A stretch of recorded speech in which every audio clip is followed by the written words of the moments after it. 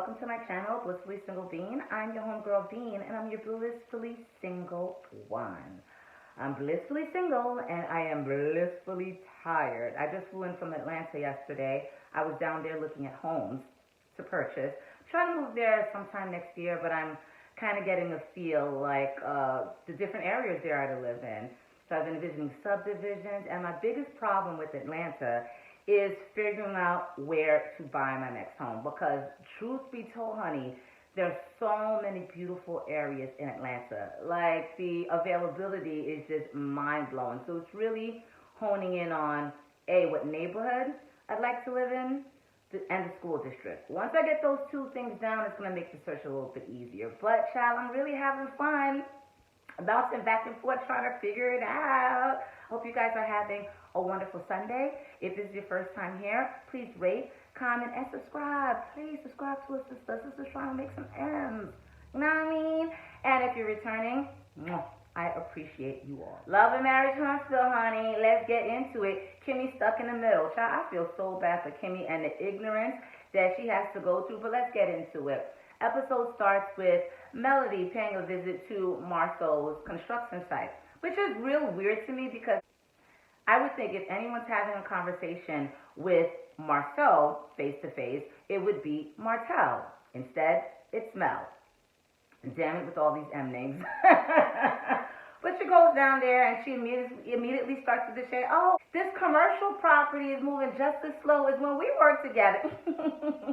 I said, Mel, are we really going to start with the shade right away? But girl, I get it. She was basically there to check Marceau about her mother. Mel made the point that, mothers should not be in this mess, especially her mother, because her mother's not like Letitia's heavy-tongued mama's ass, which I'm going to get in that one a little bit later. But she's not like that. So even if Marceau does know of a sex tape floating around about the mother, why use that in the back and forth between those two? Marceau says, listen, it's all good, it's all fair and good in love and war because your husband threatened me. So they were going back and forth having, this conversation. And it's like, oh gosh, I hope they can move on to something else really soon because I'm tired of it. I am tired of the back and forth. Letitia and Marceau are at home. They're planning a dinner for Kimmie. I think it was Kimmie's birthday or Kimmie's birthday passed and they didn't really do anything for her. So they wanted to bring her together to celebrate with her. Marceau lets Letitia know that Mel stopped by to have a conversation with him. And Marceau says that, Mel got there and she started ranting and raving about how slow the building project was moving. No, don't phrase it like that. She went there to check you about her mother. If you're going to relay information, please relay it right. Letitia was all up in arms. I showed up at your party to make peace. Now you're showing up at my husband's work, to get booked and get rowdy. And that is not fair. Letitia, were you invited to the event?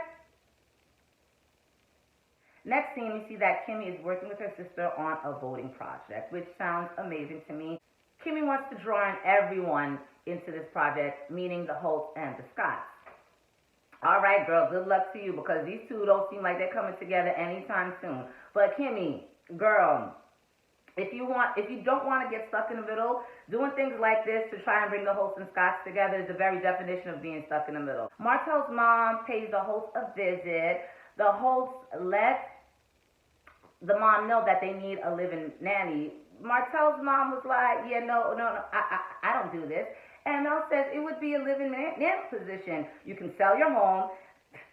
Martell's mom was like, sell my what? Yeah, child, no, that ain't happening. That's not what we finna do. She said, hell no. And I get it too. I think Martell's mom had enough foresight to see, I don't know how long this marriage is gonna last. So if you think I'm selling my home, giving up my way of life, for a 50-50 chance that I will have adequate housing, up under you and Mel, child, y'all got to be tripping. Martell and the mom have a conversation about his dad. Martell's feeling some kind of way that the dad didn't come to the baby shower, which is opening up a whole can of worms about him wanting his dad to be present in his grandchildren's life the way he wasn't present in his son's life.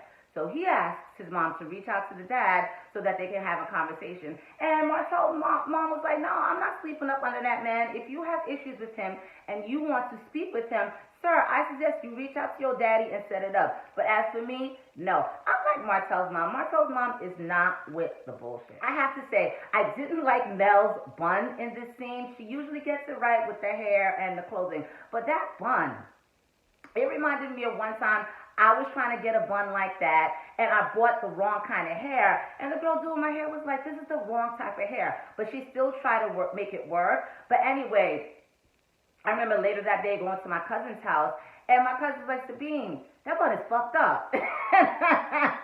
That bun that Mel was sporting reminded me of the bun that I had. Like, maybe she used the wrong kind of hair for it, but it was kind of like flat. Child, wasn't a fan. But, you know, you still cute though, Mel.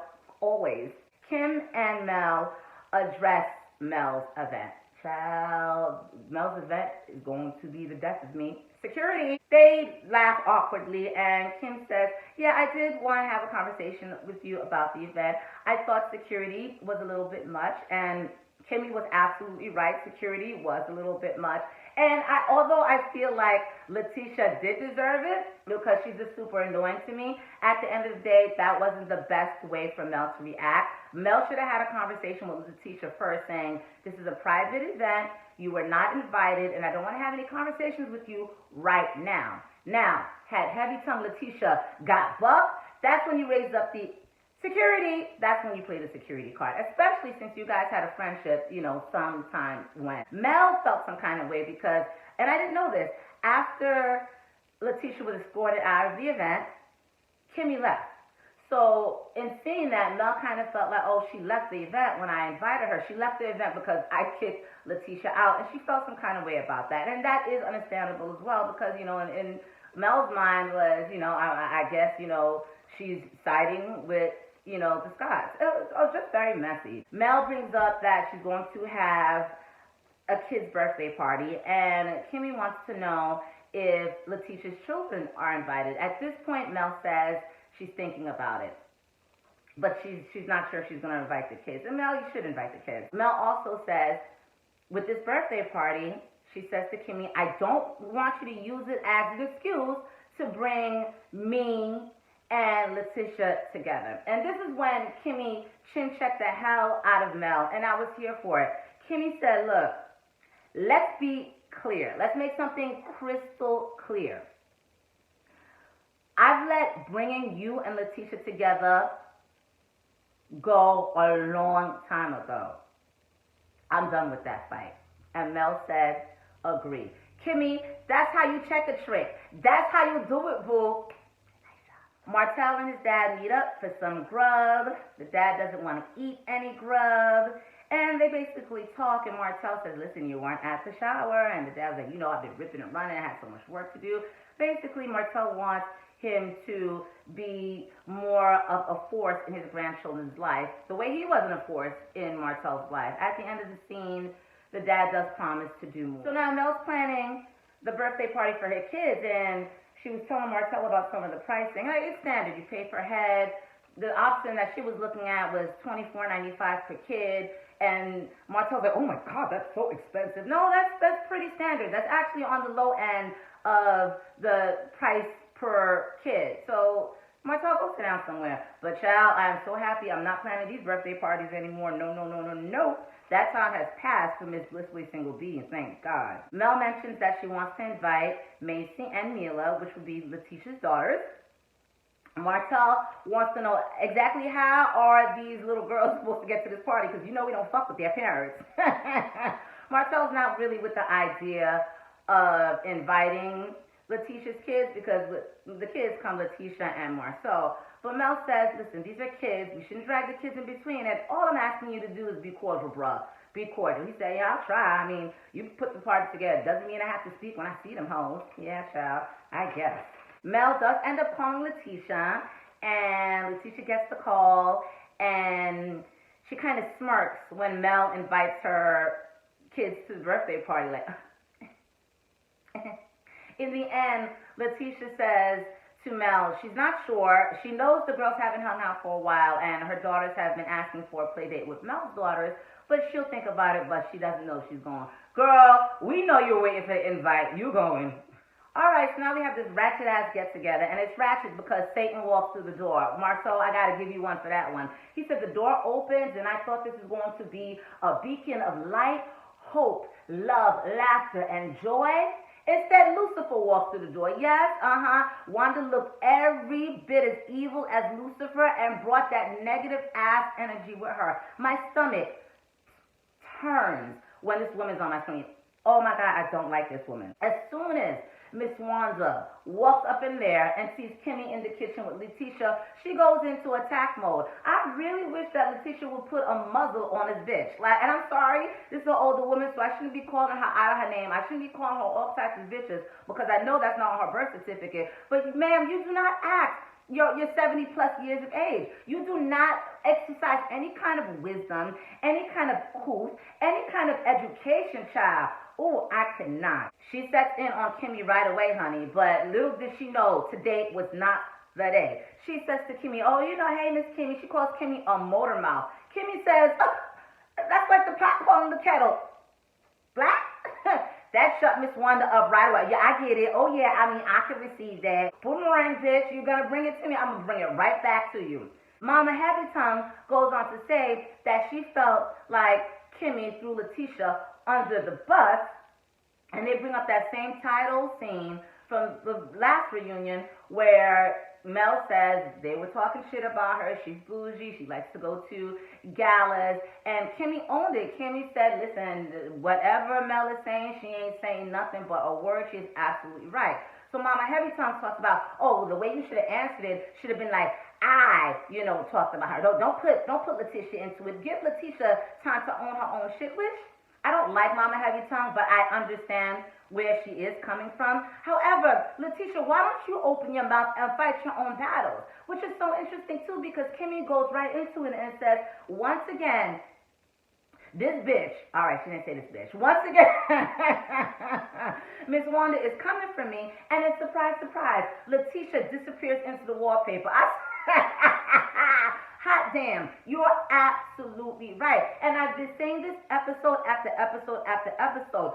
You check your mother. Why is it that you let this woman attack Kimmie every time you see her and you do not intervene? And this is the reason why. The reason why Letitia doesn't muzzle that heavy tongue mama of hers is because her mother is only saying exactly how Letitia feels.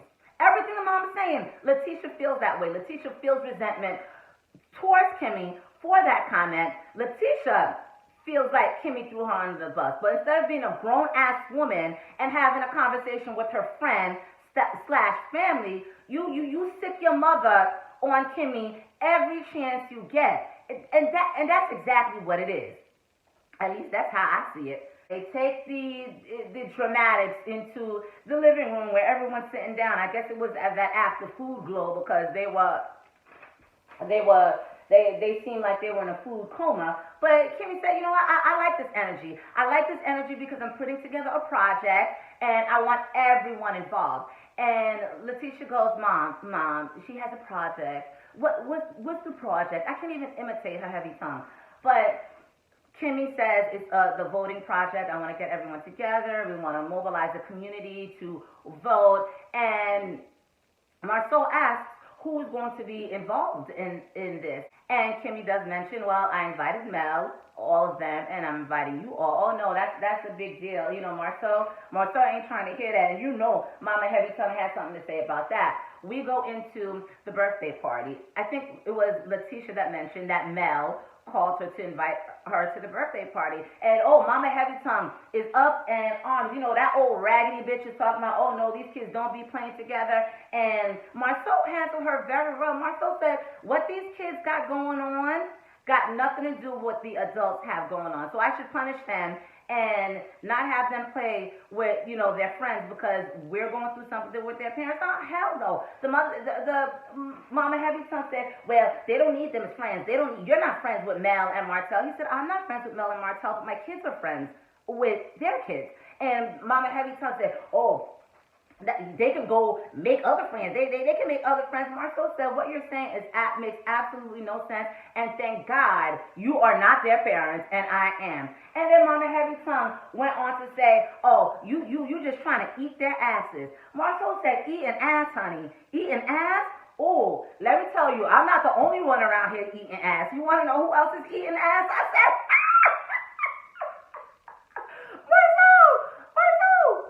Marceau, is Letitia eating that ass?